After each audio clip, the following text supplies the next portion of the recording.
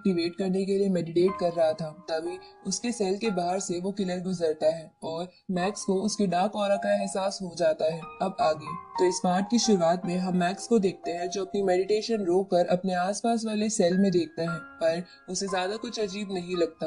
अगले दिन मैक्स जब ब्रेकफास्ट के लिए जेल की कैंटीन में जाता है तो उसे वहाँ वो किलर बैठा दिखता है, जिसमें से उसे वैसा ही ऑरा महसूस हो रहा था, पर मैक्स इस बात पर ध्यान नहीं देता। तभी मैक्स के पास उस किलर के चेले आ जाते हैं और उसे धमकाने लगते हैं। ये देखकर मैक्स समझ जाता है कि ये लोग उस किलर के चेले हैं और वो किलर उसे मारना चाहता है, इसलिए मैक्स उन चेलों से एक साथ अटैक करने को बोलता है, जिसके बाद वो लोग मैक्स को पीटने की कोशिश करते हैं, पर मैक्स उन सबको एक एक कर बेहोश कर देता है। ये देखकर वो किलर मैक्स से कहता है कि मैं तो तुम्हें कमजोर समझ रहा था, पर तुम तो एक काबिल लड़के हो। इसके बाद वो किलर चाकू से लगातार मैक्स पर अटैक करने की कोशिश करता है, पर मैक्स उसके हर अटैक से बच जाता है। तभी वो किलर चकमा देकर मैक्स के पीछे आके उसे चाकू मारने की कोशिश करता है, पर मैक्स उसे नीचे गिरा देता है। पर वो किलर फिर से खड़ा होकर मैक्स की ओर चाकू फेंकता है, पर मैक्स अपनी नई स्पिरिचुअल पावर की मदद से उन चाकुओं को अपने से दूर कर देता है। लेकिन अचानक से माइंड पर प्रेशर डालने की वजह से मैक्स के सर में दर्द होने लगता है। तभी वहाँ पर जेल के सभी गार्ड्स आ जाते हैं और मैक्स और किलर को घेर लेते हैं, पर तभी सर दर्द बढ़ने की वजह से मैक्स बेहोश हो जाता है। इस तरफ ईवा डायरेक्टर को उस फाइट की सारी अनकट रिकॉर्डिंग्स भेज देती है, जिसे देखकर डायरेक्टर समझ जाता है कि मैक्स की कोई गलती नहीं है। इसलिए वो ईवा से बोलता है कि तुम चिंता मत करो, मैं सारी इन्वेस्टिगेशन सही तरीके से ही करूंगा। आगे हम मैक्स को मिलिट्री हीलिंग फैसिलिटी में देखते हैं, क्योंकि पुलिस ऑफिसर ने मैक्स के बेहोश होने की वजह से उसे यहाँ भेज दिया था। अब मैक्स को जब होश आता है तो वो खिड़की से बाहर देखता है, जहाँ आसपास देखने से मैक्स को पता चलता है कि उसकी देखने और सुनने की शक्ति बहुत ज्यादा बढ़ गई है। तभी मैक्स को अपनी जेल वाली एबिलिटी के बारे में याद आता है, तो मैक्स वहाँ पड़े एक पेन को अपनी स्पिरिचुअल पावर से उठाने की कोशिश करता है, जहाँ थोड़ी कोशिश के बाद वो इसमें कामयाब भी हो जाता है। ये देखकर मैक्स समझ जाता है कि यही वो स्पिरिचुअल एबिलिटी है जिसकी इंस्ट्रक्टर और चीफ बात कर रहे थे। इसलिए मैक्स अपनी इस एबिलिटी पर ठीक से कंट्रोल करने के लिए मेडिटेट करने लगता है, जहाँ मेडिटेट करते हुए मैक्स अपने माइंड में अपनी स्पिरिचुअल एनर्जी के सोर्स को देखता है, लेकिन तभी उसे फिर से सर दर्द होता है। ये देखकर मैक्स समझ जाता है कि वो अपनी करंट बॉडी से ज्यादा स्पिरिचुअल पावर को इस्तेमाल नहीं कर सकता, इसलिए उसे अपनी बॉडी की फिजिकल स्ट्रेंथ को बढ़ाना होगा। आगे मैक्स से डायरेक्टर मिलने आता है और उसे बताता है कि किसी ने उस फाइट की रियल फुटेज हमें भेज दी थी, जिससे हमें पता चल गया है कि तुम्हारी कोई गलती नहीं है, इसलिए तुम यहाँ से जा सकते हो।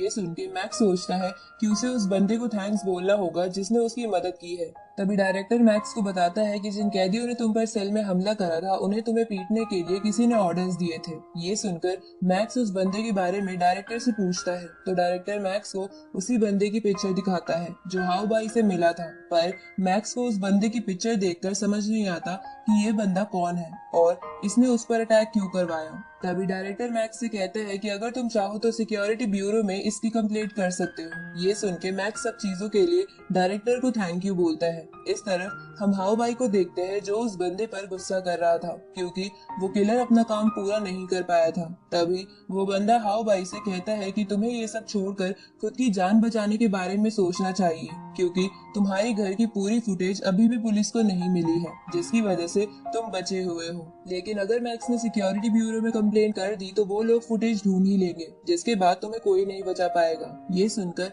हाउ बाई घबरा जाता है, तो वो बंदा उसे अपने अंकल से मिलने को कहता है। दूसरी तरफ मैक्स डायरेक्टर से उस बंदे का नाम पूछता है जिसने फुटेज दिखाकर उसकी मदद की थी, जिस पर डायरेक्टर मैक्स को एकेडमी एग्जामिनेशन फॉर्म देकर कहता है कि इसे देखकर तुम खुद ही याद करने की कोशिश करो। इधर वो सभी बातें हाउ बाई अपने अंकल और फादर को बता देता है। ये सुनकर हाउ बाई का अंकल उसे कहता है कि तुम टेंशन मत लो और बस कुछ दिनों के लिए अपने घर पर ही रहना। तभी हम उस किलर को भी वहाँ देखते हैं जिसे उस अंकल ने जेल से बाहर निकाल लिया था। इसलिए वो अंकल किलर से कहते हैं कि तुम मेरे लिए परेशानी खड़ी मत करना और अगर पुलिस तुम्हें ढूंढते हुए तुम्हारे पास आ जाए तब भी उनसे हाथापाई मत करना। उसी वक्त हाउ बाई के फादर अंकल से कहते हैं कि ये प्रॉब्लम बहुत बड़ी है, तो क्या तुम इसे संभाल पाओगे। ये सुनकर अंकल हाउ बाई के फादर से कहते हैं कि हाँ, वो इसे मैनेज कर लेंगे और अगर मैक्स ने कुछ और करने की कोशिश की तो वो उसे भी रास्ते से हटा देंगे। इस तरफ मैक्स को वह अकेडमी फॉर्म देखकर समझ आ गया था कि ईवा ने ही उसकी मदद की थी, इसलिए वो रेडार के पास ईवा से मिलता है और उसे इन सब चीजों के लिए थैंक यू बोलता है। ये सुनकर ईवा प्यार से मैक्स की आंखों में देखने लगती है और उसे कहती है कि इसकी कोई जरूरत नहीं है, मुझे विश्वास था कि तुमने कुछ गलत नहीं किया होगा। इसके बाद ईवा मैक्स को सूडो प्रैक्टिशनर एग्जाम पास करने के लिए थैंक यू बोलती है, जिस पर मैक्स ईवा से कहता है कि मैंने अभी सूडो प्रैक्टिशनर एग्जाम पूरी तरीके से कंप्लीट नहीं किया है क्योंकि मेरा एक और एग्जाम अभी भी बाकी है। ये सुनकर ईवा मैक्स से कहती है कि तुम उसे भी क्लियर कर लोगे, क्योंकि जब उस वॉरियर ने उस ईगल से हमारी जान बचाई थी तब तुम बिना डर के उस ईगल की तरफ देख रहे थे, इसलिए मैं समझ गई थी कि तुम भी इस दुनिया को बचाना चाहते हो और मैं भी तुम्हारी इसमें मदद करूंगी।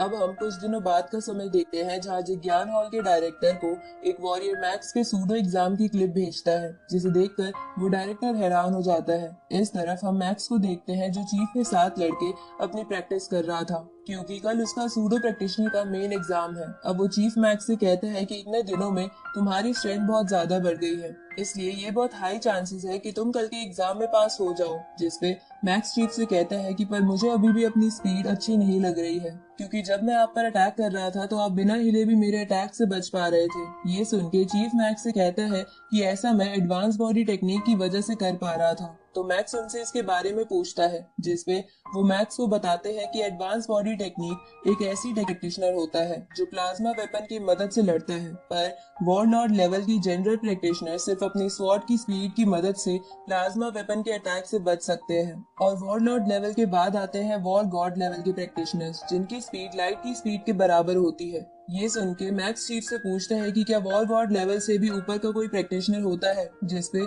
चीफ हाँ करते हुए कहता है कि वैसे प्रैक्टिशनर्स पूरी दुनिया को डिस्ट्रॉय करने की स्ट्रेंथ रखते हैं, पर दुनिया में सिर्फ ऐसे 2 या 3 ही प्रैक्टिशनर्स बचे हैं। ये सुन के मैक्स हैरान हो जाता है। तभी चीफ को उस डायरेक्टर का फोन आता है और वो उन दोनों को ऑफिस में आने को कहता है। अब ऑफिस में पहुंचने के बाद वो डायरेक्टर मैक्स से कहता है कि मैंने तुम्हारे सूडो प्रैक्टिशनर टेस्ट की क्लिप देखी थी और मुझे पता चला है कि तुम्हारे अंदर स्पिरिचुअल फ्लो है। जिसमें मैक्स हाँ करते हुए कहता है कि मुझे भी इसका थोड़े दिन पहले ही पता चला है। इसके बाद वो डायरेक्टर मैक्स को जिज्ञान हॉल ज्वाइन करने के लिए कहता है, क्योंकि वो मैक्स की एबिलिटी जान गया था। साथ ही वो मैक्स को जिज्ञान हॉल ज्वाइन करने के बदले एक बड़ा विला और 20 मिलियन की सैलरी ऑफर करता है। ये सुन के मैक्स इसके लिए मान जाता है। इसके बाद वो डायरेक्टर वहाँ से चला जाता है। जिसके जाने के बाद मैक्स चीफ से पूछता है कि ये डायरेक्टर कौन है, जिसपे चीफ मैक्स को बताता है कि जिज्ञान हॉल के 3 डायरेक्टर हैं और उनमें से ही ये एक है। साथ ही इसकी पोजीशन इस कंट्री के प्रेसिडेंट से थोड़ी सी नीचे है। ये सुन के मैक्स हैरान हो जाता है। आगे मैक्स अपने पेरेंट्स को लेके अपने नए विला में शिफ्ट हो जाता है, जिसे देखकर उसका भाई बहुत खुश हो जाता है। साथ ही मैक्स के पेरेंट्स को भी उस पर गर्व था। आगे मैक्स उसी हाउ बाई वाले बंदे से मिलने जाता है, क्योंकि वो बहुत दिनों से उसका पीछा कर रहा था। जहाँ उस बंदे से मिलने पर वो बंदा मैक्स को बताता है कि जिस किलर ने जेल में उस पर अटैक करा था उसके बारे में हाउ बाई को उसी ने बताया था, लेकिन इस अटैक के पीछे हाउ बाई और उसके अंकल का हाथ है। वो बंदा ये सब मैक्स को इसलिए बताता है क्योंकि उसे डर था कि कहीं वो इस केस में ना फंस जाए। अब उस बंदे की बात सुन के मैक्स उसे कहता है कि तुम चिंता मत करो, तुमने सच बता दिया है, इसलिए मैं तुम्हें कुछ नहीं कहूंगा और मैं हाउ बाई की प्रॉब्लम भी बाद में सॉल्व कर लूंगा, क्योंकि फिलहाल तो मुझे अपने कल के एग्जाम की प्रैक्टिस करनी है।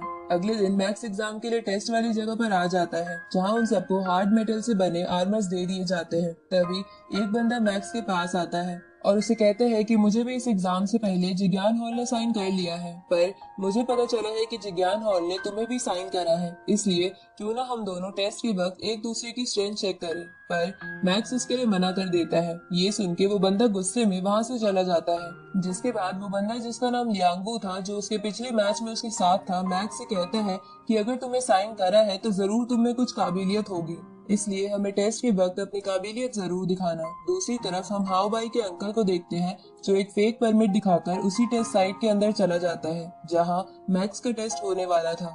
इस तरफ इस एग्जाम का इंस्ट्रक्टर एग्जाम में पार्टिसिपेट करने वाले सभी कैंडिडेट से कहता है कि इस टेस्ट के वक्त आप सभी को इस सिटी के बाहर भेजा जाएगा, जहां